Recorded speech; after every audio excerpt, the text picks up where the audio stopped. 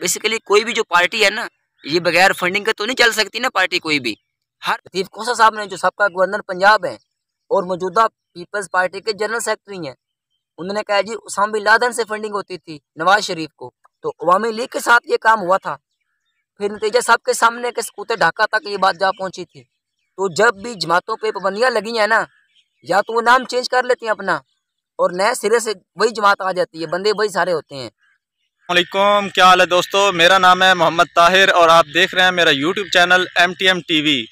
आज फिर भाई हमारे साथ हैं दिलनवाज अंजरा साहब। तो इनसे पूछते हैं कि फॉरेन फंडिंग का जो केस PTI के साथ चल रहा है तो उसका क्या फ़ैसला आ सकता है, और अगर इमरान खान के ख़िलाफ़ फैसला आता है तो फिर क्या सूरत हाल बन सकती है। इससे पहले किसी पार्टी पे क्या ऐसा कोई फॉरेन फंडिंग का केस आया है या नहीं आया, तो ये सारी डिटेल हमें भाई बताते हैं। अस्सलाम वालेकुम व्यूअर्स, उम्मीद करता हूँ आप सब खैरियत से होंगे। तो आज थोड़े टिपिकल से क्वेश्चंस हैं भाई के। तो फॉरेन फंडिंग केसेस बेसिकली इनकी इब्तिदा कहाँ से हुई, ये किस तरह शुरू हो गए। एक्चुअल में ये जो फंडिंग होती है ना फॉरेन, ये हर पार्टी को बैरून मुल्क से फंडिंग होती है। कुछ को बिजनेसमैन करते हैं, मुल्क के अंदर से भी कुछ लोग करते हैं, कुछ सोसाइटीज़ के लोग भी करते हैं फंडिंग। बेसिकली कोई भी जो पार्टी है ना, ये बगैर फंडिंग के तो नहीं चल सकती ना पार्टी कोई भी। हर जो फंडिंग है ना, हर पार्टी को होती है। इसके यहाँ ये होता है कि कुछ जो होती हैं वेलफेयर ऑर्गेनाइजेशंस होती हैं, उनकी फंडिंग होती है, उसका एक अपना पैटर्न होता है। लेकिन जो सियासी जमातों की फंडिंग होती है, ये बड़े बड़े जो होते हैं आपके बिजनेसमैन होते हैं, सारे इनको फंडिंग करते हैं। तो आप ये नहीं कह सकते कि इस पार्टी जो है ये फंडिंग से पाक है, इसको कोई फंडिंग ही नहीं हुई। भाई एक पार्टी को फंड ही नहीं होगा तो पार्टी चलेगी कैसे। जब भी कोई पार्टी बनती है ना, तो उसके कुछ नज़रियात होते हैं, आइडियोलॉजी होती है। उस आइडियोलॉजी को प्रमोट करने के लिए ज़ाहिर आपको कुछ लोग चाहिए, जो इस एक सेक्टर होना चाहिए लोगों का, एक ग्रो होना चाहिए जो उसकी हमायत करे, जो उस मौक़िफ़ को की हमायत करता हो। तो उस मौक़िफ़ को मनवाने के लिए और लोगों की जो हमायत हासिल करने के लिए आपके बेसिक अखराजात तो होते ही होते हैं। तो इस तरह पार्टियां बनती हैं, उनको कुछ लोग फंडिंग करते हैं, सही है। कुछ पार्टी के जो होते हैं ओहदेदार फंड दे देते हैं, फंड रेजिंग होती है, ओहदेदार भी सारे करते हैं। कुछ इन्वेस्टर्स भी होते हैं उसमें, बिजनेसमैन साथ मिलते हैं, वो इसकी जो हमायत करते हैं इस मौक़िफ़ की, किसी लीडर के मौक़िफ़ की। तो यहाँ से फंडिंग बेसिकली शुरू होती है, मैं आपको बता रहा हूँ। तो जो फॉरेन फंडिंग होती है, ज़ाहिर है फॉरेन में पाकिस्तान में तो इतने मसाइल नहीं हैं कि कोई इतने बड़े बिजनेसमैन हैं तो सही, लेकिन जिनके कारोबार बैरून मुल्क है ना, पाकिस्तानियों के जो ओवरसीज़ हमारे हैं, ज़ाहिर है वो ज़्यादा जो है वो दौलत के मालिक हैं, उनका ज़्यादा हिस्सा है इसमें। तो बेसिकली वो लोग ना फंडिंग करते हैं कुछ पार्टियों को कि मुल्क का निज़ाम सेट होगा, क्योंकि वो कारोबार कर रहे होते हैं, ताकि वो सोचते हैं कि हमारे कारोबार पे भी इसका नुकसान नहीं होगा। अच्छी पार्टी की गवर्नमेंट आएगी तो वो हमें रिलीफ देगी, ताजरों के लिए फ़ायदा होगा, तो वो उसको फंडिंग करते हैं। तो अब ये कि ममनुआ फंडिंग और जो बैरूनी फंडिंग होती है, इसमें फ़र्क क्या होता है। बेसिकली ममनुआ में ये फ़र्क होता है कि कुछ जो होते हैं ना कंट्रीज़ हमारी, उनके साथ ये होता है कि इसकी फंडिंग हमें कबूल नहीं है। सपोज़ कि फंडिंग हमें इसराइल से आ गई है, इंडिया से आ गई है, तो ये हमारे एंटी, उनके दुश्मन हमारे मुल्क हैं, तो इनकी फंडिंग जो होगी वो ममनुआ करार दी जाएगी। इलेक्शन कमीशन में इसका बाकायदा रिकॉर्ड होता है कि फंडिंग का। वैसे जो इंग्लैंड से आएगी या अमेरिका से आएगी, जो हमारे ओवरसीज पाकिस्तानी भेजते हैं बाहर से, तो ये फंडिंग तो जायज़ है। तो हालिया जो PTI पे फंडिंग का केस आया है, तो उसमें तो कोई तकरीबन 70,000 के लगभग जो ट्रांजैक्शंस हुई हैं। तो जो जिन पे एतराज़ उठाया गया ना, वो सिर्फ 7 से 8 हैं। तो मैं तो नहीं समझता कि ये कोई इतनी बड़ी बात है। हो सकता है कि ज़ाहिर है जब आपकी पार्टी की गवर्नमेंट ही नहीं है, एक आपकी मुखालिफ पार्टी की गवर्नमेंट चल रही है, तो वो आप पे इल्ज़ाम भी लगा सकती है। अगर बहसीत गैर जानबदार शहरी की बात करूँ मैं, तो फिर वो यही होगा कि आप मुखालिफ पे तो इल्ज़ाम लगाते हैं, आप उसको साबित करने की कोशिश भी करते हैं, उस पर कीचड़ उछालते हैं। 70,000 के लगभग जो ट्रांजैक्शंस हुई हैं, उनमें से अगर 7-8 पे आपको इशू आ रहा है, आप कहते हैं कि ये इशू आया है, तो सबसे पहले तो हमारी भी पाकिस्तान में 326 के लगभग जो सियासी जमातें हैं वो रजिस्टर्ड हैं। तो जो फॉरेन फंडिंग केस का फैसला आया है वो सिर्फ तहरीक इंसाफ का आया है। अब तक तो 70 साल हो गए हैं पाकिस्तान में, इस तरह फैसले तो नहीं आते ना। जमातों पर पाबंदियाँ लगती हैं, 2-3 पे लगी हैं। मैं आपको उनकी मिसाल देता हूँ कि कैसे लगी हैं। अभी PTI पे ये इस तरफ जा रहे हैं कि इस पे कोई बैन कर दें PTI को, या आगे लेकिन मैं आपको बताता हूँ कि ये तो बाद का मामला आता है ना, जो पहले हो चुके हैं वो क्या थे। जिस तरह भाई ने मुझे क्वेश्चन किया है कि भाई जो पहले किस तरह कोई इंसिडेंट हुआ है, तो अगर आप थोड़ा सा माजी में चले जाएं, तो जब भी जमातों पे पाबंदियाँ लगी हैं ना, या तो वो नाम चेंज कर लेती हैं अपना और नए सिरे से वही जमात आ जाती है, बंदे वही सारे होते हैं। लेकिन अगर आप जमात को ख़त्म करने की कोशिश करेंगे किसी साजिश के ज़रिए, या उसको कलदम बिल्कुल ही कलदम कर दें, कि आप ये सोचें कि इसको वैसे ही इसको नलीफाइड कर दें, पूरी पार्टी को ख़त्म कर दें। तो अवामी लीग के साथ ये काम हुआ था, जब सदर पाकिस्तान याह्या खान साहब ने अवामी लीग को कलदम जमात कह दिया था और गैर कानूनी करार दे के ख़त्म कर दिया था। उस वक्त उनके 305 के लगभग MNAs थे जो मेंबर ऑफ पार्लियामेंट थे। तो उनका जो फ्यूचर था, मुस्तकबिल था, वो तो खतरे में था। अभी हालिया इलेक्शन हुए थे, इलेक्शन के बाद असम्बली बनी थी, 17 के लगभग सीटें थी वो पीपल्स पार्टी की थी और 305 सीटें इनकी थी, उनकी थी दूसरे से मशरकी पाकिस्तान से। तो जिस तरह पाबंदी लगी, तो कुछ MNAs ने तो कहा, जो 60 के रोड वोट जो MNAs थे, उन्होंने ये कह दिया कि भाई हम तो आज़ाद बैठते हैं असम्बली में। सदर पाकिस्तान से कहा कि आप पार्टी ख़त्म बेशक कर दें, हम बैठने को तैयार हैं।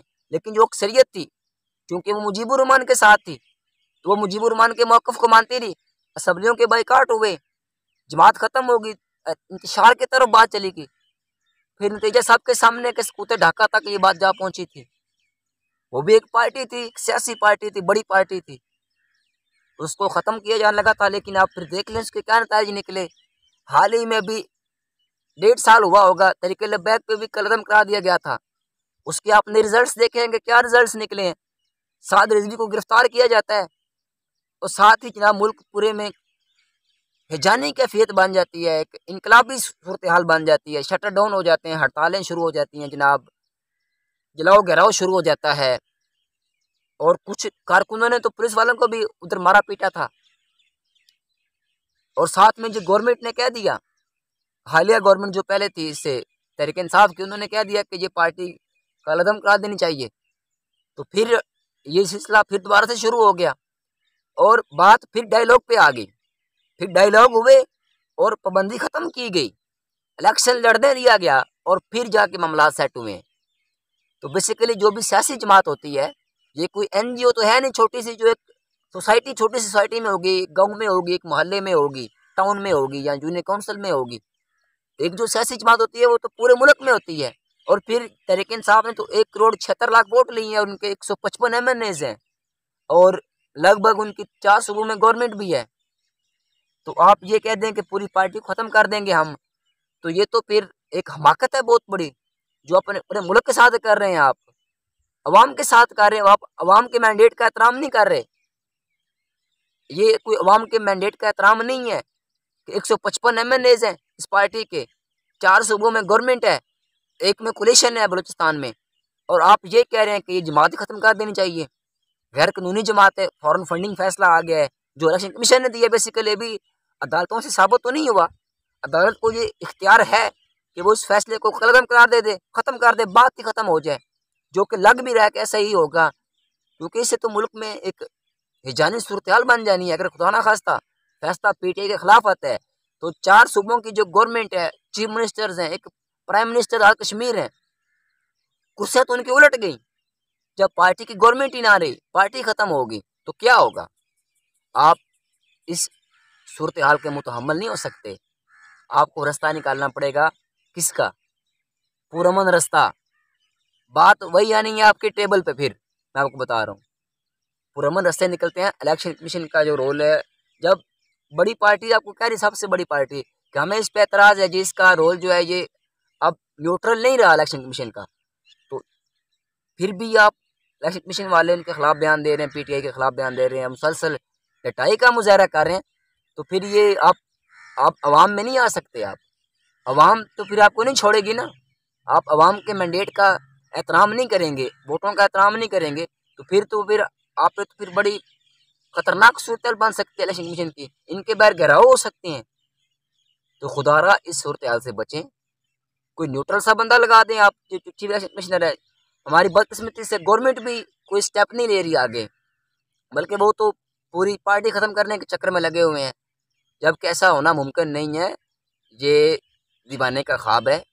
मैं आपको बता रहा हूँ व्यूअर्स, ये दीवाने का ख्वाब है कि पार्टी ख़त्म हो जाएगी। पता नहीं ये अब मरीम नवाज साहबा कह रही हैं या बिलावल साहब के पापा कह रहे हैं, कैसा हो सकता है? ऐसे कभी हुआ तो नहीं है। आपने सुना होगा कि जो कहा है लतीफ़ खोसा साहब ने, जो सबका गवर्नर पंजाब है और मौजूदा पीपल्स पार्टी के जनरल सेक्रेटरी हैं, उन्होंने कहा जी उसामा बिन लादेन से फंडिंग होती थी नवाज शरीफ को। अब बताएं, इधर बात ही खत्म हो जाती है आके। क्या हमने करना क्या है फिर? किसको किससे फंडिंग हुई? आप ये क्लोज ही रहने दें, क्योंकि ये एक हमाम में सारे नंगे हैं। आप पीटीआई के 70,000 में से 7 ट्रांजैक्शन की बात कर रहे हैं, और जब आप लोगों की किसी और पार्टी की खोलेंगे ना तो 50 में से 50 ही कुछ और निकल आएंगे। अगर आप चाहते हैं कि पार्टियां खत्म कर दी जाएं तो फिर क्या होगा? पीछे पछता फिर क्या है? फिर आप किसको दावत दे रहे हैं? फिर क्या पीछे बचेगा? कुछ भी नहीं बचेगा। आप तहम्मुल से काम लें। इस तरह आप मुखालफिन को नहीं कुचल सकते अपने को। आप ये कह दें कि भाई मैं उसको वैसे ख़त्म कर दूँ, ये नामुमकिन है। दीवानों का ख्वाब है ये, बिल्कुल सही है। आपको एक सोच विचार से काम लेना चाहिए, एक कदम आपको आगे बढ़ना चाहिए। और जो जो आप रेफरेंस दायर कर रहे हैं सुप्रीम कोर्ट में, ये क्या हमाकत है आपकी? बिल्कुल आपके अपने फैसले अभी नहीं आ रहे। आपका केस भी पड़ा हुआ है, नून लीग का केस भी उधर पड़ा हुआ है हाई कोर्ट में। उसका फैसला आ जाए कि पीपी जो चेयरमैन दूसरा है, इलेक्शन कमिश्नर चीफ है, वो कल ही फैसला कर दे जी 24 घंटों में अदालत कह दे, तो फिर क्या कर लोगे? क्या फिर प्राइम मिनिस्टर भी बरतरफ हो जाएगा हमारा? अगर वो कह दें कि जी नून लीग को फंडिंग रॉ से हुई है या किसी और इदारे से हुई है, जो भी है मोसाद एजेंसियां हैं, कुछ भी आप कह लें भाई। जब वो लतीफ़ खोसा साहब कह रहे हैं कि नवाज शरीफ को फंडिंग हुई थी बिन लादेन से, अगर बिन लादेन हमारी साबित हो जाए तो फिर आपका तो फिर जनाजा उठ जाएगा पूरी पार्टी का। हमारे प्रेम से घर चले जाएंगे, क्या होगा हमारे? खुदारा ये सूरत हाल नहीं है। मुखालफिन को कुचलना बंद करें, तहम्मुल से काम लें, बैठ के बात करनी चाहिए। जब सड़कों पे आप मामलात लाएंगे ना, फिर मामलात ख़राब होंगे, आपके हाथ से भी निकलेंगे और किसी और के हाथ से भी निकल जाएंगे, और हो सकता है कि हम सब के हाथ से निकल जाएं। तो आप इतनी आगे ना जाएं कि आप वापस ही ना आ सकें। इतनी हमेशा आप जब भी आगे जाने की कोशिश करें तो इतनी जगह ज़रूर पीछे रखें कि आप वापस आ सकें। ये ना हो कि आप इस हद तक आगे निकल जाएं कि आपके पास वापसी का रास्ता ही कोई ना हो। सही है, सियासत में वापसी होती है। फिर आप कहते हैं कि यू टर्न हो जाते हैं। वो यू टर्न नहीं होते हकीकत में। यू टर्न की बात होती तो हिटलर जो है, अगर उसने एक यू टर्न लिया होता ना कि मैं भाई किस पर जुल्म नहीं करूंगा, तशद्दुद नहीं करूंगा, बस यू टर्न ले लेता कि जी मैं मुझसे गलती हो गई है, तो कितने इंसान बच जाते दुनिया के। फिर आप कहते हैं कि यू टर्न हो रहे हैं। यू टर्न नहीं होते ये। मसलहत में कभी ना कभी आपको डिप्लोमेटिक्स में बात जब आपको समझ में आ जाए, आप अपनी गलती का एतराफ़ कर लें, तो फिर आप यू टर्न नहीं लेते, आप अपनी इस्लाह करते हैं, उसमें आपकी इस्लाह होती है। वो आपका कतन यू टर्न नहीं होता। मैं तो नहीं मानता इसको यू टर्न। मैं तो कहता हूँ कि आपकी इस्लाह हो गई, आपने गलती का एतराफ़ कर ली है, मान ली है, तो फिर वो आपकी इस्लाह हुई है, यू टर्न नहीं हुआ। अभी मामलात सेट हो सकते हैं, इतने कोई गंभीर नहीं हुए, लेकिन खुदा ना करे कि इस हद तक चले जाए मामलात कि फिर किसी के कंट्रोल में ना रहें, फिर ना रहे बांस और ना बजे बांसुरी, ये सूरत हाल ना बन जाए हमारी। तो बहसीत कौम हमें एक पेज पे आना चाहिए। हमारे मुल्क में सलाही सूरत हाल है, हम सियासत में पड़े हुए हैं सारे, हमें खुदारा इससे बचना चाहिए। हमें इन चीज़ों में नहीं पड़ना चाहिए, चक्रों में कि हम आपस में तकसीम हो रहे हैं, डिवाइड हो रहे हैं। एक सूबा दूसरे सूबे के खिलाफ बातें कर रहा है, मरकज़ जो है वो सूबों के खिलाफ बातें कर रहा है। तो भाई मरकज़ फिर किसके लिए है? मरकज़ आप यही समझें कि कायद आज़म मोहम्मद अली जिन्ना की निशानी है हमारे लिए। सही है, कायद आज़म ने हमें पाकिस्तान दिया 4 सूबों के साथ, पाकिस्तान के 4 बेटे हैं, ठीक है। तो जब ये एक लड़ी में आएंगे तब ये खुशहाल पाकिस्तान बनेगा। पाकिस्तान पाइंदाबाद। Over to you Malik Mutahir साहब। ओके जी, अल्लाह हाफिज़।